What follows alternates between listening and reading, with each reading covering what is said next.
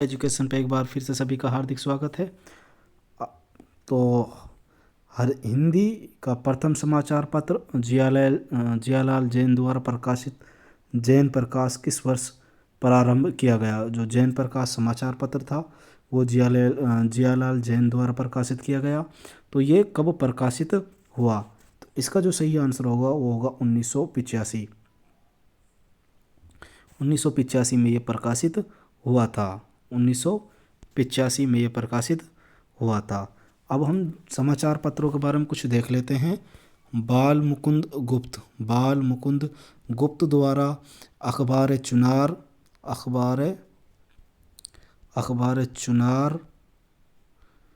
भारत मित्र और भारत प्रताप, तीन पत्रकारों का संपादक बाल मुकुंद गुप्त रहे हैं। भारत मित्र और भारत प्रताप के, अखबार चुनार, भारत मित्र और भारत प्रताप के ये संपादक रहे हैं। अब देख लेते हैं, कन्हैया लाल सिंह ने एक जाट समाचार पत्र के संपादक रहे हैं। जाट समाचार पत्र जो गुरुग्राम से निकाला था, गुरुग्राम से 1889 में। किसने? कन्हैया लाल सिंह ने। कन्हैया लाल सिंह के द्वारा ये प्रकाशित किया गया। 1916 में चौधरी छोटू राम ने उर्दू साप्ताहिक पत्रिका जाट गजट का संपादन किया। जाट गजट का, ठीक है, जाट गजट ये एक उर्दू साप्ताहिक पत्रिका थी जिसके संपादक कौन रहे हैं? सर छोटू राम रहे हैं। 1930 में एक संदेश जो है वो किसने, उसके संपादक कौन रहे हैं? उसके संपादक रहे हैं नेकीराम शर्मा। तो बढ़ते हैं प्रश्न नंबर 2 की तरफ। पद्मनी, भूरा बादल, मोर ध्वज, प्रहलाद आदि सांगों की रचना किसके द्वारा की गई? तो ये की गई दीपचंद के द्वारा, ठीक है, दीपचंद के द्वारा। और जो दीपचंद है इसको हरियाणा का कालिदास भी बोला जाता है। हरियाणा का कालिदास दीपचंद को बोला जाता है, ठीक है। तो याद रखना। प्रश्न नंबर 5 सितंबर को कौन सा दिवस मनाया जाता है? 5 सितंबर को शिक्षक दिवस, टीचर्स डे मनाया जाता है, ठीक है, टीचर्स डे मनाया जाता है। अब जो शिक्षक दिवस है 5 सितंबर को जो ये मनाया जाता है, ये किसकी याद में मनाया जाता है? सर्वपल्ली राधाकृष्णन के याद में ये मनाया जाता है, जो 1952 से 1962 तक उपराष्ट्रपति रहे। क्या रहे? उपराष्ट्रपति। भारत के प्रथम उपराष्ट्रपति कौन रहे? सर्वपल्ली राधाकृष्णन। उसी के जन्मदिन पर 5 सितंबर को हम शिक्षक दिवस मनाते हैं। और ये भारत के दूसरे राष्ट्रपति, पहले राष्ट्रपति राजेंद्र प्रसाद थे, उसके बाद जो दूसरे राष्ट्रपति बने वो बने सर्वपल्ली राधाकृष्णन। और इसको भारत रत्न भी मिल चुका है। सर्वपल्ली राधाकृष्णन को भारत रत्न भी मिल चुका है। प्रश्न नंबर नेक्स्ट। हरियाणा सरकार के निर्णय के अनुसार में मिकाडा ने हरियाणा के विभिन्न जिलों में कितने कच्चे जलमार्गों की पहचान की? तो कितने कच्चे जलमार्गों की पहचान की? 1546 कच्चे जलमार्गों की पहचान की। प्रश्न नंबर नेक्स्ट। किसानों से एक वादा है कि सरकार उनकी उपज को एक विशेष कीमत पर खरीदेगी। तो इसका जो विशेष कीमत पर खरीदेगी तो ये है न्यूनतम समर्थन मूल्य। इसको इंग्लिश में बोलते हैं एमएसपी। एमएसपी का जो फुल फॉर्म है वो है साथियों मिनिमम सपोर्ट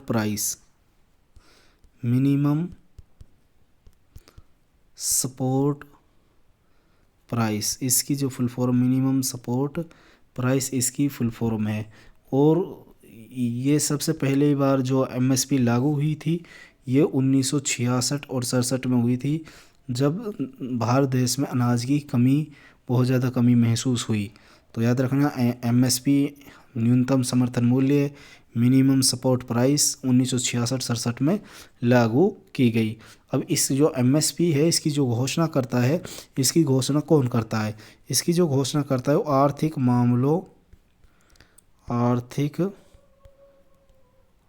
मामलों की कैबिनेट समिति इसकी घोषणा करती है। आर्थिक मामलों की कैबिनेट समिति होती है वो इसकी घोषणा करती है। किसकी? MSP की। ठीक है, MSP क्या रहेगा, कितना रहेगा, तो इसकी कौन करती है? आर्थिक मामलों की जो कैबिनेट समिति होती है वो इसकी घोषणा करती है। तो पहली बार इंट्रोड्यूस कब हुआ है? 1966 और 67 में। महावीर चक्र विजेता को एक मुश्त कितनी नगद राशि या पुरस्कार प्रदान किया जाता है? जो महावीर चक्र है उसको जो राशि मिलती है वो मिलती है 1 करोड़। ठीक है साथियों, महावीर चक्र को कितनी मिलती है? 1 करोड़। अब हम देख लेते हैं जो ये पुरस्कार होते हैं ये 2 तरह के होते हैं। एक तो युद्ध के समय शौर्य पुरस्कार, एक शांति के समय शौर्य पुरस्कार। अब युद्ध के समय जो मिलता है वो मिलता है, जो सबसे बड़ा होता है परमवीर चक्र। हरियाणा उसमें 2 करोड़ राशि देता है। उसके बाद आता है महावीर चक्र, उसमें 1 करोड़ की राशि प्रदान की जाती है। ठीक है साथियों, 1 करोड़ की राशि प्रदान की जाती है। उसके बाद आता है वीर चक्र, और वीर चक्र में 50 लाख की राशि प्रदान की जाती है। परमवीर चक्र में 2 करोड़, महावीर चक्र में 1 करोड़ और वीर चक्र में 50 लाख की राशि दी जाती है। और एक वायुसेना मेडल होता है उसमें 21 लाख रुपए दिए जाते हैं। वायुसेना मेडल, ठीक है, वायुसेना मेडल में कितने दिए जाते हैं? 21 लाख। ठीक है, अब हम देख लेते हैं जो शांति में मिलते हैं। एक होता है अशोक चक्र। ठीक है, अशोक चक्र में मिलते हैं 1 करोड़। उसके बाद होता है कीर्ति चक्र, इसमें मिलते हैं 51 लाख। और फिर आता है शौर्य चक्र, शौर्य चक्र में मिलते हैं 31 लाख। ठीक है, तो याद रखना अशोक चक्र में 1 करोड़, कीर्ति चक्र में 51 लाख, शौर्य चक्र में 31 लाख। अब जो हरियाणा का जो एकमात्र परमवीर चक्र मिला है वो मिला है मेजर होशियार सिंह को। ठीक है, जो हरियाणा का एकमात्र परमवीर चक्र मिला है वो मिला है मेजर होशियार सिंह को, मेजर होशियार सिंह को। ठीक है, इसको क्यों मिला था? 1971 में भारत पाकिस्तान का जो युद्ध हुआ था उसमें इसको शहीद होने पर कौन सा पुरस्कार मिला था? परमवीर चक्र इसको मिला था 1971 भारत पाकिस्तान के युद्ध के लिए। ठीक है, और ये जो मेजर होशियार सिंह है ये कहाँ से हैं? ये सिसाना सोनीपत से हैं। सिसाना सोनीपत से ये संबंध रखते हैं। तो बढ़ते हैं प्रश्न नंबर नेक्स्ट। किस शहर को हरियाणा का दिल कहा जाता है? ठीक है साथियों, हरियाणा का दिल किसे कहा जाता है?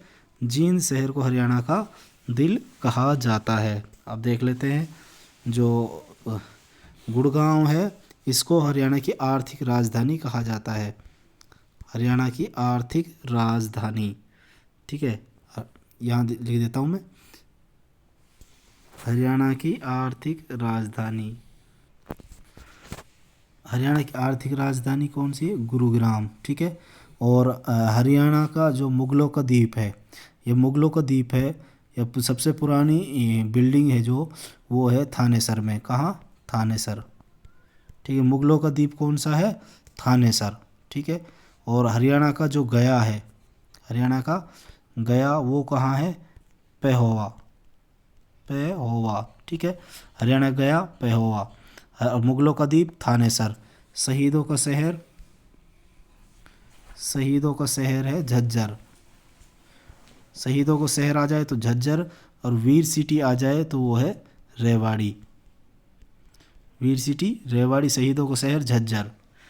और अगर एजुकेशन सिटी आ जाए, एजुकेशन सिटी, ये सोनीपत कुंडली सोनीपत। Education city. ठीक है, एजुकेशन सिटी हो जाएगा कुंडली सोनीपत। और एजुकेशन हब आ जाए, अगर हब आ जाए तो वो होगा, एजुकेशन हब होगा रोहतक। एजुकेशन हब क्या रहेगा, रोहतक। अगर पूछ ले हरियाणा की काशी तो वो हो गए भिवानी। हरियाणा की काशी भिवानी, मंदिरों की अधिकता के कारण, ठीक है। अगर हरियाणा की छोटी काशी पूछ ले, हरियाणा की छोटी काशी वो होगी कैथल, नवग्रह कुंड के कारण, नवग्रह कुंड के कारण हरियाणा की जो छोटी काशी होगी वो होगी कैथल, ठीक है। अगर औद्योगिक नगरी पूछ ले, हरियाणा की औद्योगिक जो नगरी है उसके बारे में पूछ ले, औद्योगिक नगरी होगी फरीदाबाद। और उद्योग विहार पूछ ले तो वो होगा गुरुग्राम, उद्योग विहार होगा गुरुग्राम, औद्योगिक नगरी होगी फरीदाबाद। अगर कॉटन सिटी पूछ ले, कॉटन सिटी तो होगी हमारी साथियों पलवल। अगर कॉटन हब पूछ ले, ठीक है, तो वो होगा सिरसा। तो ये कुछ कुछ पॉइंट थे जो हमने यहाँ डिस्कस करे हैं। अगर साथियों हमारी क्लास अच्छी लगे तो प्लीज़ हमारे चैनल सनाया एजुकेशन को ज़रूर सब्सक्राइब करें। रोज़ आपको एक क्लास इसी समय आपको प्रोवाइड कराते हैं हम। तो बढ़ते हैं प्रश्न नंबर नेक्स्ट की तरफ। हरियाणा का राजकीय पक्षी क्या है? तो हरियाणा का जो राजकीय पक्षी है वो है काला तीतर, ठीक है साथियों। हरियाणा का राजकीय पक्षी क्या है? काला तीतर, जिसे ब्लैक फ्रैंकलिन के नाम से भी हम जानते हैं। अब ये तो होगा राजकीय पक्षी, और जो पशु है वो है काला हिरण, काला हिरण ब्लैक बक के नाम से उसको जानते हैं, काला हिरण। फूल की बात कर लें, राजकीय फूल वो होगा कमल, ठीक है साथियों। वृक्ष की बात कर लें, राजकीय वृक्ष वो होगा पीपल, ठीक है। राजकीय त्यौहार या पर्व की बात कर लें, राजकीय त्यौहार या पर्व की बात कर लें, ठीक है, वो होगा तीज। और राजकीय खेल हो गई हमारी, राजकीय खेल हो गई कुश्ती, और राजकीय भाषा हो गई हिंदी। तो ये राजकीय जितने भी थे हमने आपको इस क्वेश्चन में यहाँ करा दिए हैं। हरियाणा की जो जलवायु है वह कैसी है? उपोष्णीय शुष्क महाद्वीपीय प्रकार की हरियाणा की जलवायु है, उपोष्णीय शुष्क महाद्वीपीय प्रकार की। हरियाणा में ब्लू बर्ड लेक कहाँ स्थित है? जो ब्लू बर्ड लेक है वो साथियों हिसार में स्थित है। ब्लू बर्ड लेक, ये आंसर गलत है। ब्लू बर्ड लेक है जो साथियों वो हिसार में देखने को मिलती है हमें, ब्लू बर्ड लेक कहाँ? हिसार में। अगर पूछ ले ब्लैक बर्ड, ठीक है साथियों, अगर पूछ ले ब्लैक बर्ड लेक साथियों वो हाँसी में है, ब्लैक बर्ड लेक ये साथियों हाँसी हिसार में है, हाँसी हिसार में, ठीक है, हाँसी हिसार में है। अगर आ जाए झील के बारे में हम और देख लेते, तिलियार झील, तिलियार झील हमें देखने को मिलती है रोहतक में। अगर बात कर ले टिक्करताल झील, टिक्करताल जो झील वो देखने को मिलती है हमें पंचकुला में, ठीक है साथियों। टिक्करताल कहाँ देखने को मिलेगी? पंचकुला में। दमदमा झील, सुल्तानपुर झील और खलीलपुर झील ये तीनों हमें देखने को मिलती है गुरुग्राम में, जिसमें दमदमा हरियाणा की सबसे बड़ी झील है, ठीक है। सबसे बड़ी जो झील है वो है दमदमा। दमदमा झील, सुल्तानपुर झील और खलीलपुर झील ये तीनों झील हमें कहाँ देखने को मिलती है? गुरुग्राम में। अगर बात कर लेते हैं करनाल में दो झीलें हमें देखने को मिलती हैं, चक्रवर्ती झील और कर्ण झील। ये दोनों हमें कहाँ देखने को मिलती हैं? ये हमें देखने को मिलती है करनाल में, ठीक है साथियों। ये करनाल में हमें देखने को मिलती हैं। एक है चिल्ली झील, ये साथियों में फतेहाबाद में देखने को मिलती है, चिल्ली झील। उसे हमने झील के ऊपर एक पूरा टॉपिक बना रखा है, आप हमारे चैनल पर वहाँ विजिट कर सकते हैं, वहाँ आपको वो टॉपिक मिल जाएगा। उसमें हमने पूरी डिटेल तरीके से उसको समझा रखा है। हरियाणा के किस ज़िले में सर्वाधिक वर्षा होती है? जो सर्वाधिक वर्षा होती है ऑप्शन के हिसाब से वो हो गया अम्बाला, ठीक है। तो सर्वाधिक वर्षा अम्बाला, सबसे कम वर्षा होती है सिरसा में, सबसे कम वर्षा सिरसा, सबसे ज़्यादा अम्बाला, ठीक है, और सबसे कम सिरसा। अगर बात कर लेते हैं हरियाणा का जो चेरापूंजी है, चेरापूंजी, वो बोलते हैं छछरौली को। और ये कहाँ, ये यमुनानगर में स्थित है छछरौली। ठीक है। और जो हरियाणा में सर्वाधिक वर्षा होती है वो बंगाल की खाड़ी वाले भाग से होती है। बंगाल की जो खाड़ी है वहाँ जो वाला पार्ट है उससे हरियाणा में सर्वाधिक वर्षा होती है। और हरियाणा में जो वर्षा होती है वो 2 ऋतुओं में होती है। एक होती है ग्रीष्म में और एक होती है शीत में, सर्द ऋतु में। जो ग्रीष्म में होती है वो गर्मियों में होती है, वो 80% वर्षा यहाँ से प्राप्त होती है। और 20%, 10 से 15 या 20% जो वर्षा है उस शीत ऋतु या सर्द ऋतु में हमें देखने को मिलती है। और जो ग्रीष्म में होती है जुलाई टू सितंबर होती है, जुलाई से सितंबर के महीने के बीच होती है। और जो सर्दियों में वर्षा होती है वो दिसंबर से फरवरी के बीच हमें देखने को मिलती है। और जो सर्दियों में बरसात होती है उसको हम मावठ बोलते हैं। ठीक है साथियों, जो चने और गेहूं के लिए सर्वाधिक उपयोगी है। बाबा लदाना तीर्थ स्थल हमें कहाँ देखने को मिलता है? ये साथियों कैथल में हमें देखने को मिलता है। प्रश्न नंबर नेक्स्ट, हरियाणा की प्रसिद्ध बड़कल झील का निर्माण कब किया गया? 1947 में। और कहाँ स्थित है? ये साथियों फरीदाबाद में देखने को मिलती है। हरियाणा का कौन सा नृत्य रूप शिव और पार्वती को समर्पित है? इसका जो सही आंसर होगा गंगोर नृत्य, ये शिव और पार्वती को समर्पित है। छाछ आभूषण महिलाओं द्वारा कहाँ पहना जाता है? जो छाछ आभूषण है वो महिलाओं को माथे पर लगा होता है। हरियाणा की आर्थिक सर्वेक्षण 2022-23 के अनुसार हरियाणा के कितने जिला स्तरीय कोषागार थे? तो इसका जो सही आंसर होगा 23 जिला स्तरीय कोषागार थे। हरियाणा में राष्ट्रीय मधुमक्खी पालन एवं शहद मिशन NBHM योजना की शुरुआत किस वर्ष की गई? तो इसकी शुरुआत 2020 में की गई। ये आंसर इसका गलत है, 2020 इसका राइट आंसर होगा। म्हारा गांव जगमग गांव योजना के अंतर्गत जनवरी 2022 तक कितने गांवों को जोड़ा गया? तो 55-59। और जो म्हारा गांव जगमग गांव योजना है इसकी शुरुआत हुई थी 1 जुलाई 2015 को, 1 जुलाई 2015 को।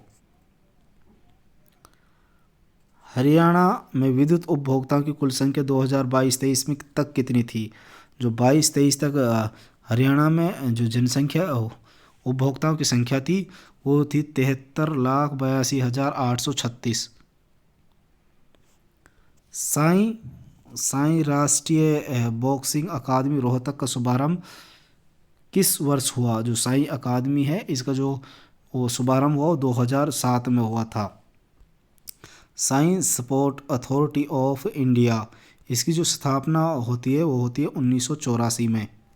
ठीक है, साईं की जो, और इसमें जो राष्ट्रीय बॉक्सिंग अकादमी रोहतक में इसकी स्थापना होती है 2017 में। 2010 में किस भाषा को हरियाणा की दूसरी राजभाषा का दर्जा दिया गया? इसका सही आंसर होगा पंजाबी। इससे पहले जो हरियाणा की दूसरी राजभाषा थी वो थी तमिल। ठीक है, बंसीलाल ने कौन सी भाषा बनाई थी? तमिल। बट भूपेंद्र सिंह हुड्डा ने 2010 में भूपेंद्र सिंह हुड्डा ने तमिल को हटाकर कौन सी दूसरी राजभाषा बना दिया? पंजाबी। तो अब हरियाणा की जो पहली राजभाषा है वो है हिंदी और दूसरी राजभाषा कौन सी है? पंजाबी। भारत की संविधान सभा गठित करने का आधार क्या था? तो भारत संविधान सभा को जो गठित करने का आधार था वो था कैबिनेट मिशन प्लान 1946। हरियाणा में दामन शब्द से क्या अभिप्राय है? दामन का जो है एड़ी तक लंबा और घेरेदार घाघरा, एक प्रकार का वस्त्र है। निम्नलिखित में से कौन सा हरियाणा का सबसे छोटा राजमार्ग है? यह है NH 148A, यह हरियाणा का सबसे छोटा राजमार्ग है। हरियाणा की किस मिट्टी को रोसली मिट्टी के नाम से जाना जाता है? तो इसका जो सही आंसर होगा अनुपाती की रेतीली दोमट मिट्टी को हरियाणा की रोसली मिट्टी के नाम से जाना जाता है। और हरियाणा में जो मृदा अपरदन है उसको रेंगती हुई मृत्यु कहा जाता है, मृदा अपरदन को। अभी के लिए साथियों बस यहीं तक, मिलते हैं नेक्स्ट क्लास में। अगर वीडियो अच्छी लगे तो प्लीज़ हमारे चैनल को लाइक शेयर सब्सक्राइब ज़रूर करें। शुक्रिया साथियों, मिलते हैं नेक्स्ट क्लास।